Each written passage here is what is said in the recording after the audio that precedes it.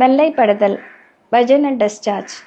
பொதுவாகவே நம்ம பெண்கள் மத்தியில் வெள்ளைப்படுது அப்படிங்கிறது வந்து பெரிய விஷயமா எல்லாம் பயப்படுறாங்க. ஏன்னா எல்லாருக்கும் தோன்ற விஷயம் வெள்ளைப்படுறதுன்னா கர்ப்பப்பை புற்றுநோய் வந்துடுமோ அப்படிங்கிற பயம்தான். இது கிடையவே கிடையாது. வெள்ளைப்படுதல்ன்றது நார்மலாகவே இருக்கும். எப்போல்லாம் இது நார்மலாக இருக்கும்னு பார்த்தீங்கன்னா, இப்போ பீரியட்ஸ் வந்துட்டுருக்கு, அதை 14வது நாள் ஓவுலேஷன் டைமில் வெள்ளைப்படுறது நார்மல். அதே மாதிரி ப்ரெக்னன்சி டைமில் ஃபஸ்ட்டு 3 மாதமும் அண்ட் லாஸ்ட் 1 மந்த் டெலிவரி கிட்டேயும் வெள்ளைப்படுறது நார்மல்.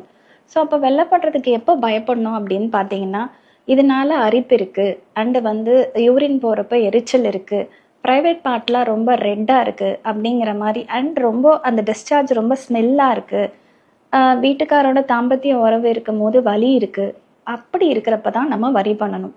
அண்ட் சில டைம் லைக் கலர் வந்து நம்ம மாற்றம் அதிகமாக இருக்குது. லைக் இப்போ பார்த்தீங்கன்னா கர்டி ஒயிட்டாக இருந்தால் அது ஃபங்கல் இன்ஃபெக்ஷன் மாதிரி, க்ரீன் கலர், எல்லோ கலர் அந்த மாதிரி இருந்துச்சுன்னா பாக்டீரியல் இன்ஃபெக்ஷன் அந்த மாதிரி இருக்கலாம். ஸோ அப்படி இருக்கப்போ நம்ம டாக்டரை அணுகி கரெக்டான மாத்திரை எடுத்துக்கிட்டால் இந்த வெள்ளைப்படுதலை சரி பண்ணலாம்.